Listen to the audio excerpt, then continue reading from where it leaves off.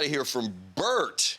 We're going to check into Indy. I got Albert Breer, who's been working for the NFL Network for over 10 years. He's been covering the NFL. He's a part of the NFL Media Group, and he's a regular contributor on the NFL Network. And Bert is normally somewhere making it rain.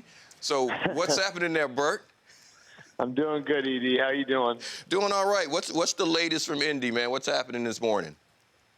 Well, today today they brought the defensive lineman into the media room, and workouts are getting set to get started here. The quarterbacks will throw tomorrow, and then you have all the other business of the league, and I think that the overriding story that keeps coming up is what the Broncos are going to do coming off the title, and obviously having two pretty major pieces of business. One being finding a way to get Von Miller signed to a long-term deal, and then figuring out what they're going to do with the quarterback position. And so, I know when people, think of the combine, they think guys running the 40 and the vertical and doing all that stuff that shows up on TV.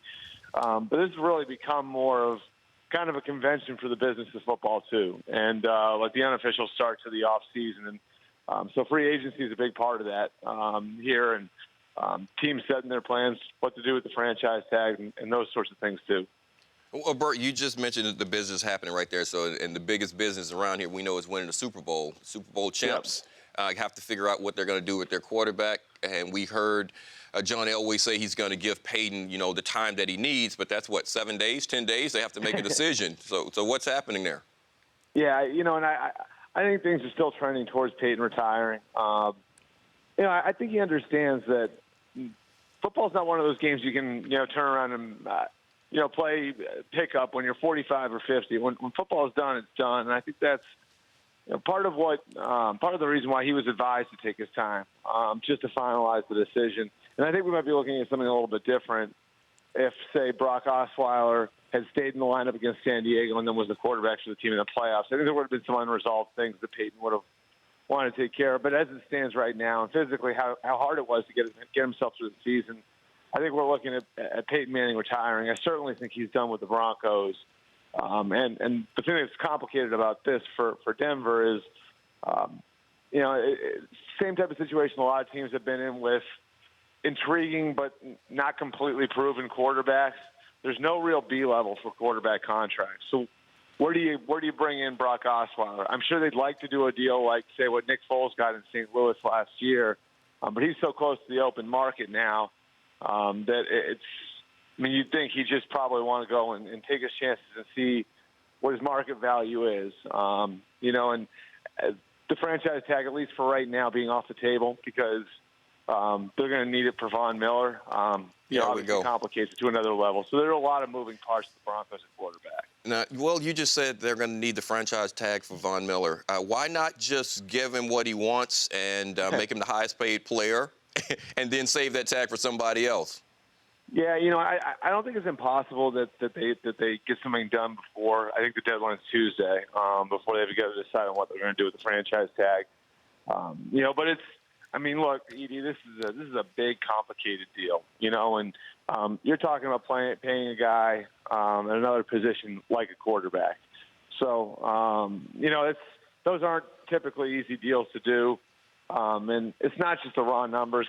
They're going to go into the $17 or $18 million neighborhood. It's, how do you set up the guarantees and how do you structure the thing and all the rest of it. So they're going to get something done.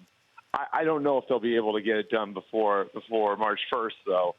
And then the question is whether or not you want to franchise Osweiler anyway, because the franchise tag is going to be somewhere between $19 and $20 million for quarterbacks.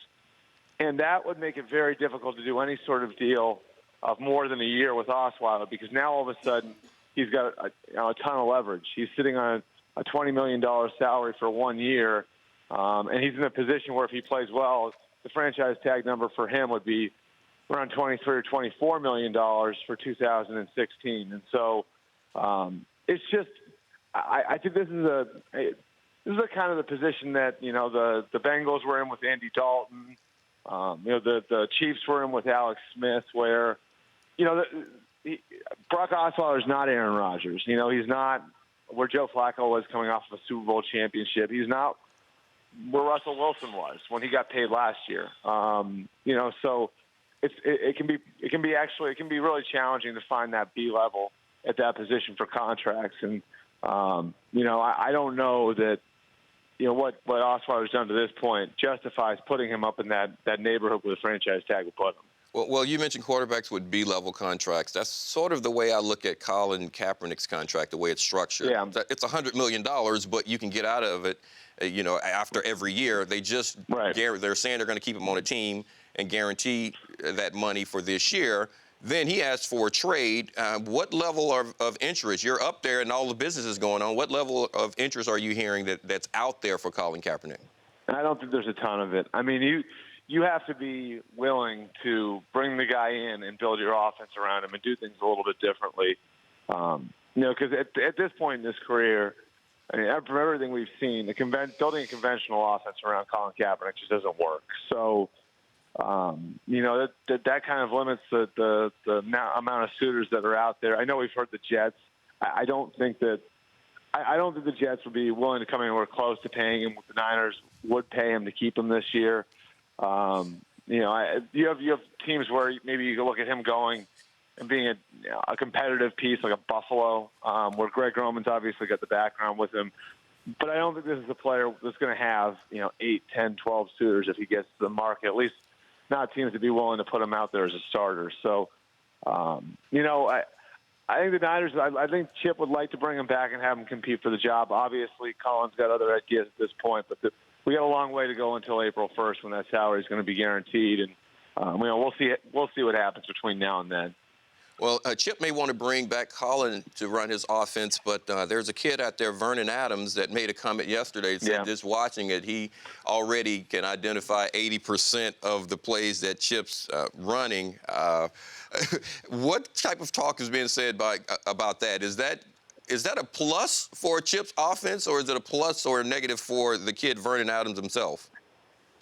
Well, I think one thing that's interesting about it, Ed, is, and I remember talking to somebody about this, that if you're going to run that kind of offense, you better have multiple quarterbacks, and we've seen Chip's quarterbacks in Philly get hurt. When Sam Bradford got hurt, Mark Sanchez got hurt, Nick Foles got hurt, Mike Vick got hurt. So you better have multiple guys who can run that style of offense. And so, I think that the one positive about that is that there aren't as many teams looking for those types of quarterbacks. So you can generally find them a little further down in the draft. That's why Tyrod Taylor was available as late as he was, as great a player as he was at Virginia Tech. You can find those guys a little bit later because not everybody's looking for those types of quarterbacks. So, say the Niners decide we're going to hold on to or find a way to hold on to Colin Kaepernick for another year. It would make sense for them to draft a player like that later on, because you'd be able to, you wouldn't have to set things upside down if you bring him in as your starter. Well, Bert, now that you've gone through that aspect of things, I got to get you to answer the real question why I got you here. This is really the only reason I had them call you. We got a poll question going out there today, and that question is, what is Rich Eisen's time in the 40 going to be this year, okay? And what time will Rich Eisen run the 40? We got number one, it's going to be in the 5.9s. It's going to be in the 6.0s, the 6.1s, the 6.2s. And Chris Law smiles every time we put in the DNF that he won't finish, that the sniper is going to get him or the turf monster, and he's going to get a handle. I'll go with 6.1s. 6.1s. Okay. 6.1s. I mean, he actually. Well, he was in the 6.0, didn't he? He broke 6 once, right? Yeah. 2 years ago, I think he broke 6. Yeah. 5.98 2 years ago, and then 6.1 last year. Okay, I'll go with 6.1 because he's. Well, how old is Rich? I hate to ask that on the air, but 45. I think he's 45, right? No, he's going to be 47 next month. Oh, 47? Oh, well, okay. So you know that. Well, I just know I'm not getting faster as I get older. So, no offense to Rich, but I'll put him in the 6.1s. I think it'd be hard for him to bounce back. All right, there he is, making it rain in Indy. Like always, Albert Breer. Appreciate it, man. Appreciate all things football. If you want to know it, make certain that you're following Albert Breer on Twitter at Albert Breer. I say Bert so much I can't even say your real name now. Thanks for joining me, man. The Rich Eisen Show, weekdays at noon Eastern. On Audience.